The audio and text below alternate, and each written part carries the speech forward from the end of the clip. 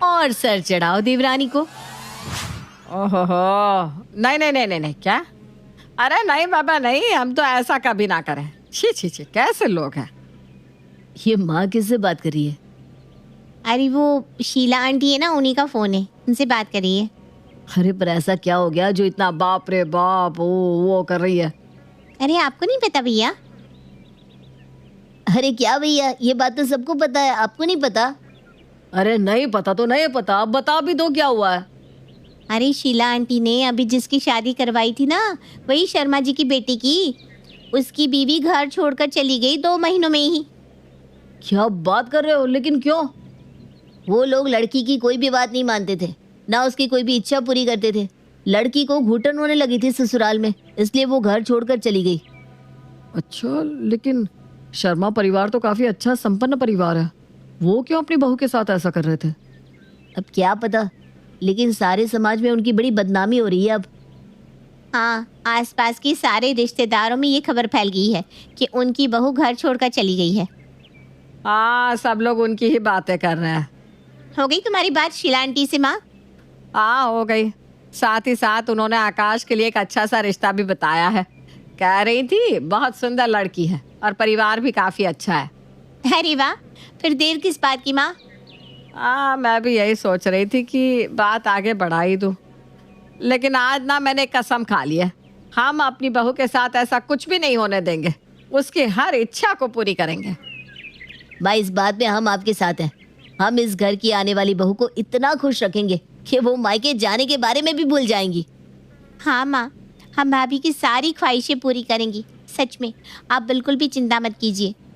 मुझे हमारे घर पर पूरा भरोसा है कि हम सब मिलकर आने वाली बहू को बहुत खुश रखेंगे। कावेरी के घर में आने वाली बहू को लेकर पहले से काफी तैयारियां चल रही थी और शीला ने जिस रिश्ते की बात की थी, आकाश का रिश्ता दिव्या के साथ हो भी गया। बस अब तो उनके घर में दिव्या के लिए नए नए सरप्राइजेस प्लान किए जा रहे थे। आकाश, तू ना अपने कमरे का सामान मेरे कमरे में शिफ्ट कर दे। क्यों माँ? अरे अब नई बहू आएगी तो उसे जगह ज्यादा चाहिए होगी ना अपना सामान रखने के लिए, और मेरा कमरा तेरे कमरे से बड़ा है, मैं तो अकेली जान, इसलिए अपना सामान मेरे कमरे में तू शिफ्ट कर दे। हाँ भैया, भाभी को अपने कपड़े और बाकी सामान रखने के लिए जगह काफ़ी चाहिए होगी ना। अब ज्यादा सोच मत, जल्दी से अपना सामान शिफ्ट कर दे, चल। ठीक है माँ, अब आप सब कह रहे हैं तो मैं सामान शिफ्ट कर देता हूँ। दिव्या के आने से पहले ही उसे कोई परेशानी ना हो, इसकी तैयारी हो चुकी थी। आकाश की शादी भी बड़े धूमधाम से की गई और उसके बाद दिव्या का स्वागत भी बड़े ही धूमधाम से किया गया। पटाखे जलाए गए, फूल बिछाकर स्वागत किया गया। भाभी, आपको कैसा लगा ये सब? पसंद आया ना आपका स्वागत? हाँ भाभी, हमने स्पेशली आपके लिए ये सारी तैयारियां की थी। हाँ, सब कुछ ठीक ही था। आजकल तो ये सब हर कोई ही करता है, ऐसा कुछ खास तो नहीं था।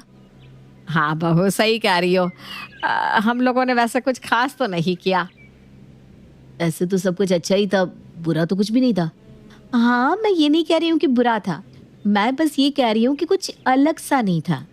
कोई नहीं भाभी, हम अगली बार आपके लिए कुछ अलग सा सरप्राइज ले आएंगे। हाँ, पक्का वादा। ठीक है, अभी मुझे नींद आ रही है बहुत, मैं सोने जा रही हूँ। हाँ हाँ बहू, तू सो जा, कल सुबह बात कर लेंगे। दिव्या के आने से सब लोग उसका बहुत ध्यान रख रहे थे। सब इसी कोशिश में थे कि उसे कोई तकलीफ ना हो, लेकिन दिव्या का बर्ताव बस अपने बारे में सोचने वाला था। अरे आ गई तो बहू, आज तेरा रसोई में पहला दिन है ना, कुछ मीठा बना दे आज सबके लिए। मुझे अकेले को ही सबके लिए खाना बनाना है क्या? अरे कोई बात नहीं भाभी, मैं आपकी मदद कर देती हूँ, चलिए। हाँ हाँ, तुम मेरी मदद कर दो प्लीज। आइए ना। मम्मी जी, रसोई में चिमनी नहीं है तो धुआं बाहर कैसे जाता है? अरे भाभी, कुछ नहीं होता धुआं यहाँ रहता ही नहीं, आप खामखा परेशान हो रही हैं। नहीं नहीं नहीं नहीं, मुझे तो धुएं से एलर्जी है। आकाश, आप एक चिमनी लगवा दीजिए रसोई में प्लीज। पर चिमनी तो 10,000 के आसपास की आती है। मैं सोच रहा था इस बार रिया के कमरे का रंग करवा देता, काफी दरारें पड़ गई है ना उसमें। अरे भैया कोई बात नहीं, रंग तो होता रहेगा, आप यहाँ चिमनी लगवा दो, भाभी को दिक्कत होगी ना। हाँ, अगर बहू को दिक्कत है तो लगवा दे बेटा चिमनी, उसे तकलीफ नहीं होनी चाहिए कोई। ठीक है माँ, मैं आज ही चिमनी के लिए बात कर लेता हूँ, लग जाएगी। ये हुई ना बात। दिव्या को आए इस घर में ज्यादा वक्त नहीं हुआ था, लेकिन इस घर का हर सदस्य उसके लिए सब कुछ करने को तैयार था जिससे वो खुश रहे। माँ, हमारी पहली सालगिरह पर मैं सोच रहा था कि दिव्या को एक मोबाइल दिला देता हूँ। लेकिन भैया आपका मोबाइल तो कब से सही नहीं चल रहा, आपको मोबाइल की जरूरत है।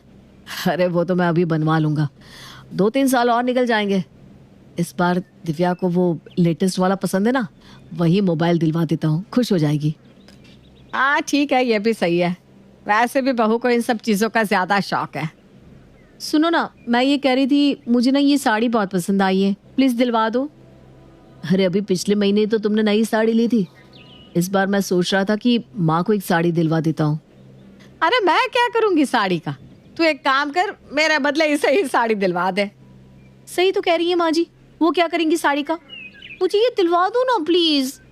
अरे पर दिव्या, अरे दिलवा देना, क्यों बहू के साथ ऐसा कर रहा है। ठीक है माँ, तुम ऑर्डर कर दो, मैं पैसे दे दूंगा। दिव्या के लिए उसके ससुराल वाले हर त्याग करने को तैयार थे जिससे वो खुश रह सके, लेकिन दिव्या को उनके प्यार का और त्याग का कोई भी एहसास नहीं था। पर जो बात वो नहीं देख पाई, उस बात को उसकी बड़ी बहन ने समझ लिया जब वो उससे मिलने उसके घर आई। आओ आओ, बैठो बेटा, बहुत खुशी हुई तुम यहाँ आई। हाँ जी, बहुत दिन हो गए थे दिव्या से मिले, तो मैंने सोचा मिलाती हूँ उससे। अच्छा किया बेटा, तुम यहाँ चली आई। चलो ना दीदी, हम हमारे कमरे में चल के बात करते हैं। रिया, तुम हमारे लिए चाय नाश्ता ले आओगी प्लीज। अरे वो पढ़ाई कर रही है ना, रहने दे। कोई बात नहीं, मैं लेकर आती हूँ। आओ ना, हम चलते हैं कमरे में। ये तो तुम्हारे देवर का कमरा है ना, हम यहाँ क्यों आ गए? अरे वो क्या है ना, मेरे रूम का एसी खराब हो गया है, इसलिए मैंने अनुज का कमरा लिया हुआ है कुछ दिनों से। तो फिर अनुज कहाँ सोता है? वो छत पर सो जाता होगा, उसका क्या है? अरे क्या से क्या मतलब है दिव्या, तुम सिर्फ अपने बारे में सोचती हो। हाँ तो उसमें बुराई क्या है? तुम्हें दिखाई नहीं देता सब लोग यहाँ तुम्हें खुश करने के लिए कितनी कोशिशें करते हैं। सब लोग खुद की खुशी का ख्याल ना करते हुए तुम्हें हर एक चीज दिलाते हैं, लेकिन तुम हो कि किसी की कोशिश, किसी का प्यार देख ही नहीं पा रही हो। ऐसा नहीं है, मैं भी उनके लिए करती हूँ ना सब कुछ। अच्छा, जरा बताना, तुम कब अपने देवर और ननद को अपने साथ घुमाने ले गई थी, और कब उन्हें कोई तोहफा दिया था, कब अपनी सास की सेवा की थी, कब तुम उनके लिए कोई चीज लेकर आई थी? तुम बस खर्चा करती रहती हो और वो लोग खुद की जरूरतें भूलकर तुम्हारी इच्छा को पूरा करते हैं। मुझे लगा था कि 1 साल के बाद तुम बदल गई होगी, लेकिन नहीं, तुम तो बिल्कुल वैसी की वैसी ही हो। पर मैं इस घर की बहू हूँ दीदी। तुम शुक्र मनाओ कि तुम्हें इतना अच्छा ससुराल मिला है, नहीं तो कोई और होता ना तो इतने नखरे आजकल बहुओं के कोई नहीं उठाता। मेरे ससुराल वालों को देख लो, तुमने आज तक कभी देखा उन्होंने मेरे लिए कुछ भी किया हो? नहीं ना। अब भी वक्त है, अपने ससुराल वालों की कद्र कर लो, कहीं ऐसा ना हो कि तुम उन लोगों के मन से ही उतर जाओ, समझी? आप सही कह रही हैं दीदी, शायद मुझे पहले से ही अपने ससुराल वालों का प्यार मिला है, तो मुझे कभी एहसास ही नहीं हुआ उनके त्याग का, उनके प्यार का। लेकिन मुझे हुआ, क्योंकि सब लड़कियां तेरी तरह लकी नहीं होती दिव्या, इसलिए संभाल ले अपना ससुराल। सारा घर चिड़ियाघर बना रखा है इन लोगों ने। अरे गंवार है एक नंबर की। क्या बोल रही हो भाभी? और क्या, अरे इन लोगों को पढ़ा लिखा समझा था मेरे पापा ने, लेकिन ये तो एक नंबर के गंवार निकले साले। माफ करना भाभी, शादी तो मेरी भी धोखे से ही हुई, लेकिन मैं इतने गंदे शब्द तो बोल ही नहीं सकती। अरे मेरी तो शादी ही धोखा है, बोला था बहू को कोई तकलीफ नहीं होने देंगे। हाँ भाभी, तो दिक्कत क्या है? दिक्कत? अरे दिक्कत है और क्या, तू खुद ही देख ले, इन लोगों ने मुझे कमरा कैसा दिया है। बहू बोल रही होती है कि सास आ जाती है। अरे बहू, कुछ खाया क्या? अपना ख्याल रखा कर बेटा, कमजोर सी हो रही है। हाँ माँ जी, क्यों नहीं। अच्छा मैं कमरे में जा रही हूँ। नौकरानी बहू पर हैरान होती है कि वैसे गिरगिट भी रंग इतनी जल्दी नहीं बदलते जितनी जल्दी आप भाभी। क्यों? अरे क्या क्या बोली जा रही है, मैं तो बहू चली जाती है। क्या हो गया कमला, सब ठीक है ना? नहीं आंटी जी, ये भाभी है ना, नफरत करती है आप लोगों से। बोल रही थी कि देख कमला, मेरे घर में काम करने आती है, काम करके निकल जा, फूट ना डाल घर में। पर आंटी जी, अरे कोई आंटी वांटी नहीं, जो बोल दिया सो बोल दिया। खैर दिन बीतते हैं, लेकिन बहू की जुबान का सारा कंट्रोल खत्म ही हो रहा होता है। फिर एक दिन, तुम्हारी माँ एक नंबर की बेकार लेडी है, समझ लेना। देखो ये लैंग्वेज सही नहीं है, ऐसा मत बोलो। माँ मेरे लिए। क्या माँ मेरे लिए? अरे तुम्हारी माँ ने किया क्या है तुम्हारे लिए सिवाय? तभी सास आ जाती है। बहू ये ले, ये हम लोगों के खानदानी गहने हैं। मेरी कोई बेटी तो है नहीं, तो सारे तू ही रख ले। ये हार ना मेरी सास का है, तो ध्यान से रखना। हाँ बेटा, वो क्या है ना, कल मैं रहूं ना रहूं, पर ये हार सदा रहना चाहिए। अरे कल न जाने वो कल कब आएगा जब आप रहे ना रहे। क्या बोले जा रही हो? माँ ने करोड़ों के गहने दे दिए, लेकिन तुम्हारी गंदी जुबान ठीक होने का नाम ही नहीं ले रही। अरे नहीं नहीं बेटा, बहू को क्यों कोसना। वो क्या है ना, मैं ही जल्दी मरने वाली कुंडली लेकर नहीं आई हूँ। वैसे बहू, ये सास तेरी जल्दी नहीं जाने वाली। पति माँ के गले लग जाता है। माँ कैसी बात कर रही है तू? तू नहीं रहेगी तो मैं क्या करूँगा? हाँ, फिर ये घरेलू ड्रामा शुरू। न जाने कौन सा एकता कपूर का शो देखते हैं ये माँ बेटा। कुछ दिन बाद, माँ शुचि देखो देखो मैं क्या लेकर आया हूँ। दोनों कमरे में आती है, जहाँ बेटा दोनों को साड़ी देता है। अरे बेटा क्या हो गया, किस खुशी में साड़ी लेकर आया है? माँ माँ माँ, तेरे बेटे का प्रमोशन हो गया है, समझी? जितना तो प्रमोशन नहीं हुआ, उतने की तो साड़ी लेकर आ गए। अरे इस बुढ़िया के लिए क्या जरूरत थी साड़ी लाने की? ये सुनकर सास शांत हो जाती है, वो कुछ नहीं बोलती। माँ कैसी लगी साड़ी? तू जाना इसे लेकर कमरे में, जल्दी से तैयार होकर आ, हम खाना खाने के लिए बाहर जा रहे हैं। अब बाहर भी इसे लेकर जाएंगे क्या? लौकी की सब्जी कल की पड़ी है, 2 रोटी सेक लेंगी। अरे तुम भी ना, जाओ माँ जी जाओ, कल सुबह अच्छा नाश्ता बना लेना। आखिर बेटे ने 10,000 की साड़ी दी है ना? बनाएंगी ना आप? हाँ हाँ बहू, तू भी जल्दी उठ जाना, क्योंकि सेम साड़ी तुझे भी तो मिली है ना? बहू को सास की बात नहले के दहले की तरह लगती है, लेकिन करे तो क्या करे। फिर अगले रोज ऐसा है कि मेरे मायके वाले आ रहे हैं। हाँ हाँ, तो बनवा लेना बहू, जो भी बनवाना है खाने के लिए। वो तो ठीक है, भूखे खानदान से नहीं है आप लोगों की तरह, जो सिर्फ खाने के लिए ही हो। वो क्या है ना, वो लोग आए तो बस आप लोग अपना गंवारपना ना दिखाना, समझ रही है ना मेरी बात? क्योंकि हम लोगों का एक क्लास है, क्लास। हाँ देख लिया क्या क्लास है, अब मुंह ना खुलवाओ।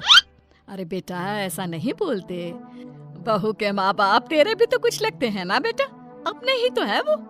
हाँ हाँ है अपने, और ये जानते भी हैं, लेकिन आप जहर ना ही भरे तो अच्छा है। कैसी बात कर रही हो? अरे तुमने तो बुरा बोलने की सारी हद ही पार कर दी है। देखिए मुझ पर भड़क कर कुछ नहीं मिलेगा, समझे? अरे जाने दो ना, अब मेरे लिए लड़कर कुछ फायदा नहीं है। 4 दिन की जिंदगी है, क्या पता कब क्या हो जाए, लेकिन तुम दोनों को तो लंबी जिंदगी जीनी है। कैसी बातें करने लगी हो माँ? कहाँ तो तुम ही थी जो कहती थी बहू आ जाएगी तो जिंदगी और लंबी हो जाएगी।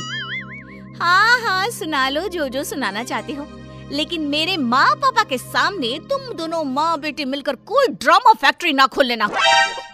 खैर वो दिन भी आ जाता है जब बहू के माँ पापा उनके घर आते हैं। अरे मेरी बेटी कैसी है तू? तुझे देखे जमाना हो गया मेरी बेटी। अरे क्या हो गया माँ, काहे गला फाड़ रही हो? सब ठीक है ना? ऐसा नहीं बोलते बहू माँ से, वो परेशान दिख रही है। अरे परेशान तो रहेंगी ना, जिसकी इकलौती बेटी की सास आप जैसी हो, वो तो परेशान रहेगी ही। कैसी बात कर रही है बेटा? तेरी सास तो देवी है देवी, उन्होंने ही तो हमें सहारा दिया है, वरना तो मंदिर में भीख मांगने की नौबत आ जाती। कैसी बात कर रहे हैं पापा? हम लोगों का तो अपना मकान है नहीं था, वो तो तेरी भाभी ने अपने नाम करवा लिया है और हम लोगों को घर से निकाल दिया है।